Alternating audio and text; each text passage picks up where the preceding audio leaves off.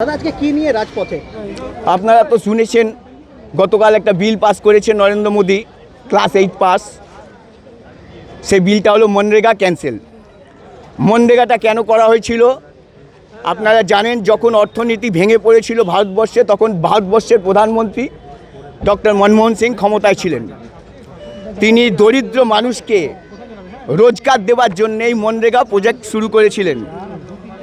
যে মনরেগা দরিদ্র মানুষদের ছোট ছোট কাজের মাধ্যমে 100 দিনের কাজের মাধ্যমে তাদের হাতে কিছু অর্থ তুলে দেওয়ার বন্দোবস্ত করেছিলেন, যাতে তাদের পরিবারগুলো শেষ না হয়ে যায়, তাদের পরিবারগুলো বিধ্বস্ত না হয়।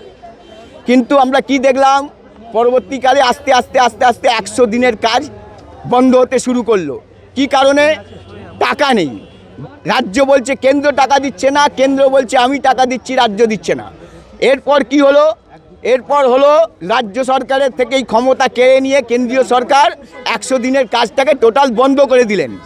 বন্ধ করে এখন কি বললেন যে আমরা একটা জিভি আর ভিভি আরম্ভ করছি, যার ফলে আমরা কেবলমাত্র 125 দিনের কাজ দেবো।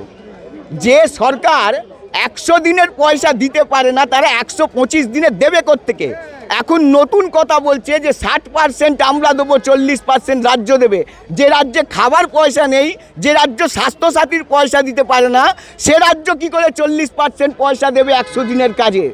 এক নম্বর। 2, নরেন্দ্র মোদী যেদিন থেকে ক্ষমতায় এসছে সেদিন থেকে চিটিংবাজি, সেদিন থেকে চিটিংবাজি, সেদিন থেকে ধোকাবাজি, সেদিন থেকে 420, সেদিন থেকে জুমলাবাজি। এত সুন্দরভাবে জুমলাবাজি করছে, আর হতভাগ্য আমাদের ভারতবাসীরা যারা ওর ওই জুমলাবাজিতে নাচতে নাচতে গিয়ে ভোট দিয়ে আসছে। অত্যন্ত লজ্জার বিষয়ে সারা বিশ্বে আজ আমরা এমন একটা জায়গায় পৌঁছেছি, সারা বিশ্বের লোক আমাদের ঘৃণার চোখে দেখে।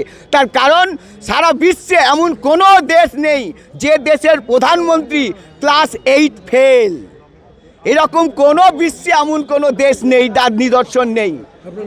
আমার নাম শঙ্করনাথ হাজরা, INTUC সেবা দলের সহসভাপতি।